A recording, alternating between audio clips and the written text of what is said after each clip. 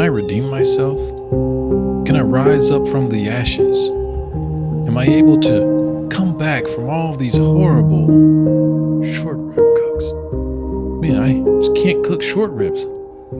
The birds are circling in the air, but you know what? The mill scale's fired up, ready to go. We've got our Fogo lump charcoal. We've got our char logs from B&B. We've got our welding gloves, our little shovel. We've got our fire starter, our fan, kindling. We've even got our flamethrower. Let's go ahead and see if we can get this thing done.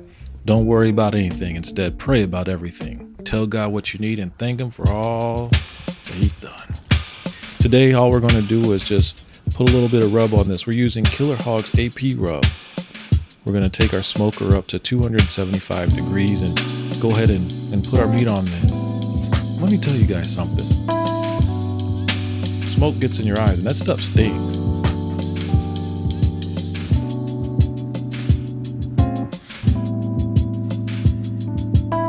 Today I'm setting my meat a little bit off from the fire just so I can get some distance, a little bit more of an indirect cook. I don't want it cooking too fast. Part of this cook involves braising our meat. So what I'm going to do is prepare our braise. Get our braising liquid. We're going to start with some carrots, chop those up. Don't have to be, fine or anything. We're not actually eating the carrots, but we do want the flavor. Get some celery, chop those up too. Big chunks. Also, we're going to throw in some onion. In some culinary circles, carrots, celery, onion, that's like a trinity of sorts. I'm also going to put in some garlic.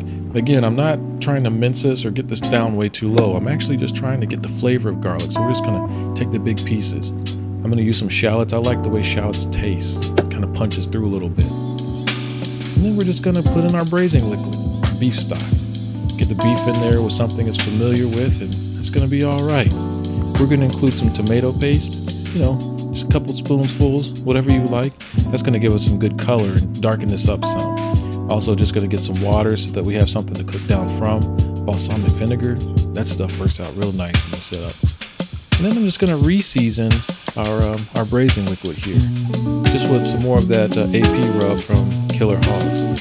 Throw in some rosemary, some bay leaves, just include everything you got.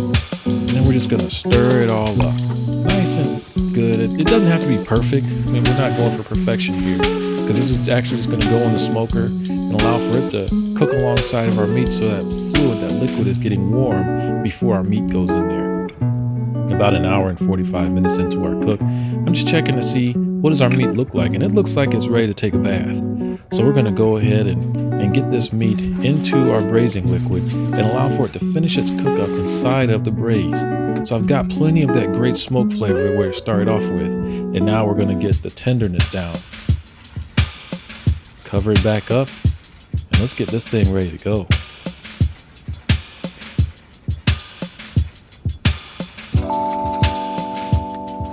About an hour and 15 minutes later, I'm checking in just to see what does this look like. Man, that smell hits you really nice. It's coming together, and you can tell what it's gonna taste like just by the flavors and how everything is. The smells are popping off of this. It is definitely not ready to come off yet. There still needs some more time, but I can tell where it's going, and it's gonna be in a good spot.